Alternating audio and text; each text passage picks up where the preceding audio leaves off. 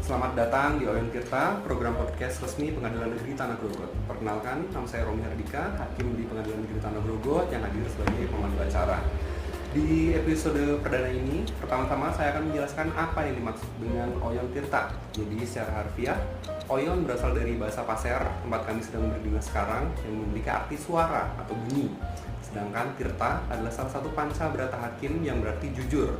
Selanjutnya, kami berharap Oyon Tirta dapat menjadi platform untuk menyuarakan program-program edukasi hukum, kegiatan, atau bahkan topik human interest di lingkungan PN Tanah Grogot ke lapisan masyarakat secara lebih masif dengan cara yang lebih milenial kalau bahasa zaman sekarang ya. Jadi selama ini pengadilan sering dipandang sebagai institusi yang formal, kaku, birokratis, dan berbelit-belit. Nah sekarang PN Tanah Grogot mencoba untuk perlahan mengubah mindset tersebut, salah satunya dengan cara memperluas kampanye tentang program mengenai pengadilan melalui media platform podcast seperti sekarang ya, yang lebih kekinian. Tapi tentu saja kami ada disclaimer di depan terlebih dahulu bahwa pembahasan kami tidak akan membicarakan mengenai kebijakan instansi, putusan hakim lain, atau perkara yang sudah berjalan, yang masih berjalan, maupun yang sudah berkekuatan hukum tetap. Hal ini berhubungan dengan kode etik hakim berperilaku arif dan bijaksana. Jangan sampai niat kita baik, tapi malah berakhir di badan pengawasan. Ya. Dalam topik episode ini, saya akan membahas mengenai topik berjudul perubahan mindset dari advokat menjadi hakim dengan narasumber Wisnu Adidharma, hakim juru bicara di Pengadilan Negeri Tanah Grogot. Ya, sudah hadir bersama saya sekarang ya. Halo Mas Wisnu, bagaimana kabarnya? Baik Mas Romi, terima kasih atas kesempatannya untuk hadir di Oyon Tirta. Ya, alhamdulillah ya. Kemarin sekitar 2 minggu lalu kita habis vaksinasi COVID-19 ya? Ya, seluruh kantor. Seluruh kantor. Ya. Bagaimana kemarin pengalamannya setelah ada reaksi atau efek samping gitu setelah divaksin? Puji Tuhan, alhamdulillah untuk saya sendiri sih tidak ada efek sampingnya sama sekali. Baik pasca 30 menit setelah melakukan vaksinasi maupun sampai setelahnya. Baik. Bangun tidur pun keesokan harinya juga sehat-sehat saja. Alhamdulillah, semoga bisa menimbulkan ikhtiar ya, supaya membawa kesehatan terutama di karyawan lingkungan PN Tanah Grogot. Jadi Mas Wisnu, kita hari ini akan membahas mengenai topik berjudul perubahan mindset dari advokat menjadi hakim. Jadi saya pikir Mas Wisnu sangat pas sekali menjadi narasumbernya karena sebelumnya pernah memiliki pengalaman sebagai advokat. Bisa diceritakan Mas, berapa lama, di mana dulu advokatnya? Ya, terima kasih kepada Mas Romi sebagai host pada pagi hari ini. Saya mau menyampaikan salam dari saya kepada para pendengar Oyon Tirta sebagai program perdana ini di Pengadilan Negeri Tanah Grogot. Terima kasih atas pertanyaannya. Kalau untuk pengalamannya saya sendiri Mas, kurang lebih sudah hampir 5 tahun saya menjadi advokat. Saya advokat berkantor di Semarang, Jawa Tengah. Ruang lingkupnya selama saya berkarir itu menangani perkara-perkara yang ada di Pulau Jawa. Kebetulan yang di luar Pulau Jawa belum pernah kami menangani perkara-perkara di luar Jawa. Lalu kantor saya sendiri itu kebanyakan menangani kasus perdata daripada pidana. Karena klien kami kebanyakan adalah corporate yang ada di kota Semarang dan sekitarnya. Juga sempat memperluas penanganan perkara, objek penanganan perkara yaitu menangani kasus-kasus kepailitan dan PKPU. Yang salah satunya adalah koperasi besar di Jawa Tengah. Waktu itu pernah menjadi headline lah di media massa, banyak media massa yang terbit di Jawa Tengah khususnya di Semarang. Berarti sudah fasih ya pengalaman sebagai advokat terutama di bidang niaga ya Mas ya? Iya. Kalau fasih sih saya kira enggak ya Mas ya. Banyak yang lebih berpengalaman banyak daripada saya. Saya juga baru 5 tahun, jadi saya kira pengalaman saya juga ya masih kurang lah daripada senior-senior advokat yang dulu. Saya kira kayak gitu. Lalu pertanyaan selanjutnya, Mas, 5 tahun ini kan bukan jangka waktu yang sebentar gitu ya. Terus Terus kenapa, apa yang memotivasi tiba-tiba dari Mas Wisnu itu ingin menjadi hakim gitu? Padahal kan hakim ini kita tahu risikonya itu kan harus pindah-pindah keluar pulau gitu, setiap 5 tahun sekali gitu. Mungkin kalau dari segi salary-nya mungkin dibandingkan dengan pengacara yang dapat success fee dan sebagainya itu bulanannya juga lebih besar. Terus kenapa tuh Mas, bisa jelaskan motivasinya? Ya. Nah, motivasi saya menjadi hakim itu jujur aja adalah terbesit sejak SMA, Mas. Ketika saya mendengarkan pelajaran pendidikan kewarganegaraan itu dari guru saya sangat ingat sekali guru saya mengatakan bahwa Indonesia ini adalah negara hukum. Jadi terlintas dalam benak saya bahwa saya harus berkecimpung di dunia hukum. Ya. Lalu saya menetapkan target bahwa saya harus menjadi hakim. Sebagai alternatif pertama. Alternatif kedua adalah menjadi advokat. Nah, tapi ya syukur puji Tuhan saya direstui oleh Tuhan untuk melalui dua profesi itu.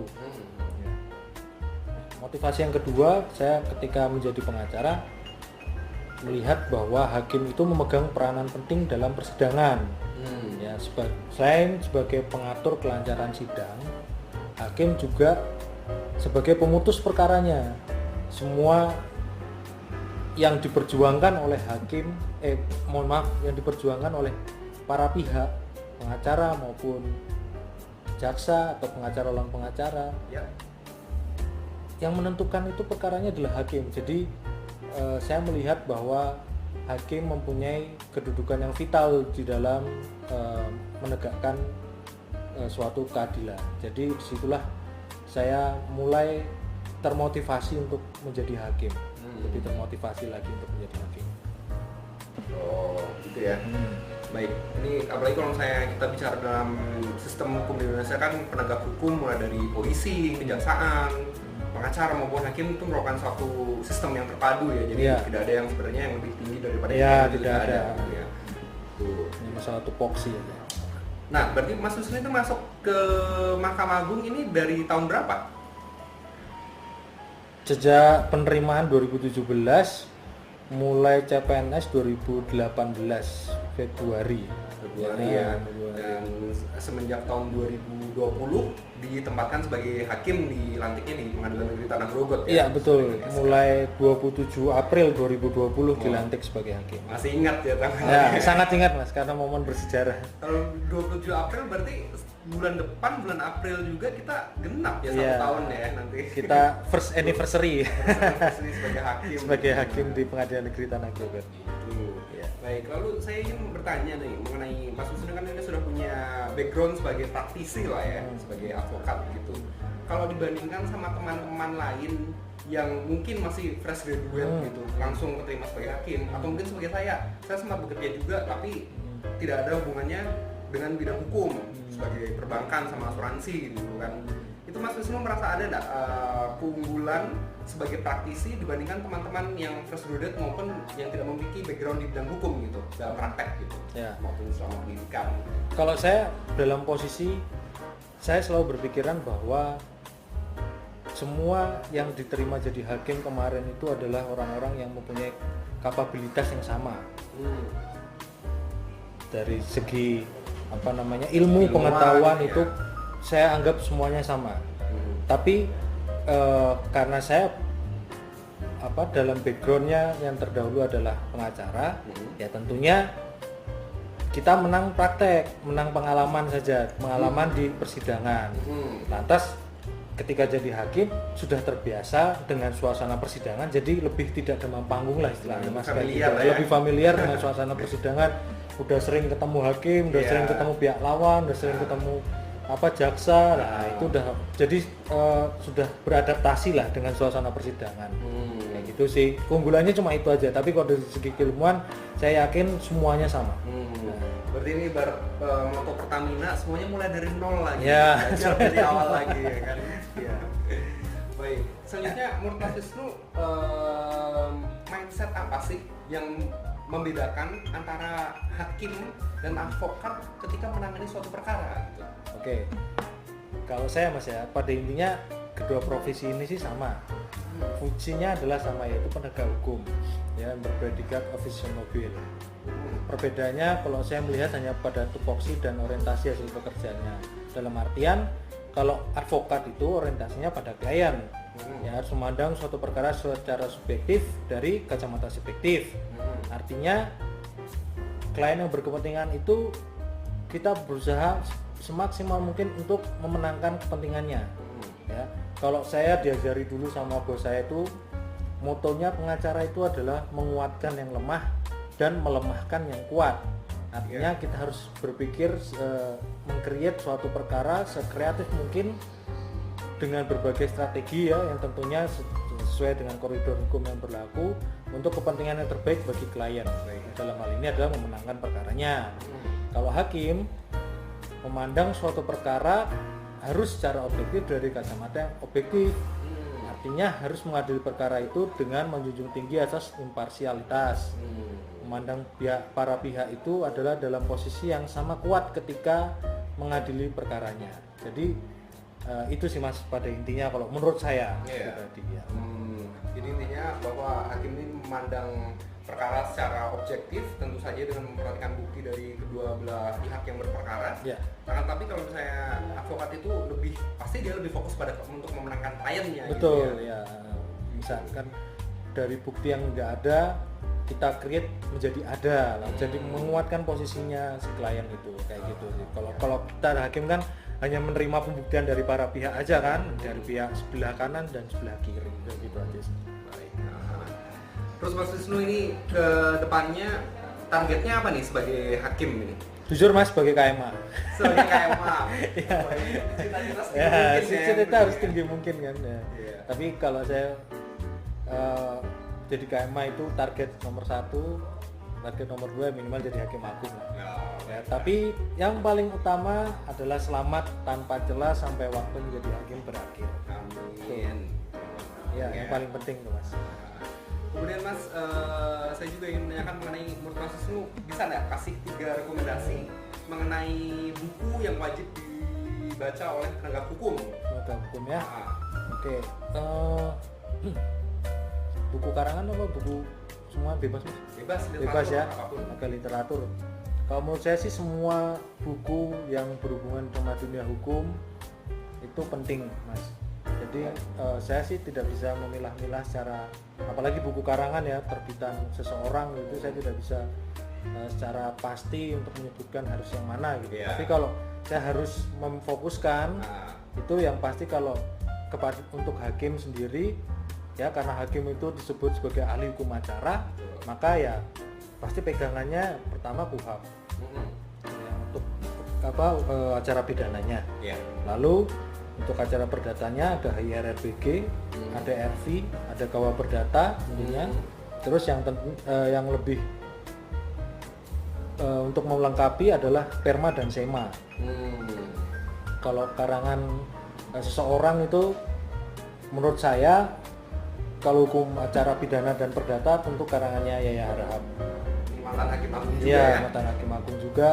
Terus kalau untuk yang materialnya, kalau perdata sih saya suka Subekti. Lalu kalau untuk penguraian unsur-unsur dalam kualifikasi delik ada Lamintang yang banyak menguraikan unsur-unsur dalam suatu delik itu. Terus ya masih banyak lagi sih Mas yang saya baca. Kalau hukum benda ada Profesor Maryam Darus Badrul Zaman itu juga bagus dia, dan lain-lain Mas, sangat banyak sekali pokoknya buku-buku yang cocok untuk penegak hukum apalagi hakim. Kuncinya itu memang harus banyak literatur dan bahan bacaan ya. Karena saya pernah ada teman saya yang dia baca di salah satu buku, dia bilang bahwa hakim itu untuk dikutuk untuk belajar seumur hidupnya gitu. Nah itu saya setuju banget ya Mas. Jangan mudah puas, berpuas diri dan tetap mencari banyak referensi. Kemudian yang terakhir nih Mas, apakah ada pesan nih untuk advokat atau mungkin orang-orang mahasiswa yang ingin menjadi hakim, gimana nih tips dan ya masukannya lah bagi mereka yang bercita-cita menjadi hakim, ini bagaimana pesannya untuk mereka bagaimana? Ya, tentunya belajar Mas. Tentunya belajar. Itu kita nggak bisa lah nggak belajar kan ya, secara ada peribahasa ngomong kalau tiada hasil tanpa usaha kan gitu. Karena sistemnya penerimaan hakim kemarin adalah sama dengan penerimaan PNS. Jadi ya tentunya kita harus melewati beberapa prosedur. Kan tes kemampuan dasar itu yang perlu kita pelajari. Pertama, kok kita nggak bisa ngelewatin itu, tentunya tes kemampuan bidang hukum ya, tentunya kita tidak bisa melewati juga kan. Jadi ya tes kemampuan dasar itu terdiri dari pengetahuan umum, matematika, logika bahasa, terus sejarah Indonesia juga masuk di situ. Jadi ya memang kita perlu mempelajari itu. Terus yang ketika kita sudah melewati fase itu, kita harus banyak-banyak belajar di hukum acara. Hukum acara itu kembali lagi ke hukum acara. Ini ketika sudah masuk proses SKB ya. Sudah masuk SKB. Kemudian juga masukan juga untuk menyiapkan mental. Ya. Karena ketika zaman kita tuh ada interview dengan praktisi dan hakim tinggi juga. Hakim tinggi juga. Itu. Baik, demikian ya. Terima kasih Mas Wisnu atas sharing-sharingnya. Sama-sama Mas Romi. Ya, demikian episode Oyon Tirta kali ini yang perdana. Terima kasih kepada pendengar dan sampai jumpa di episode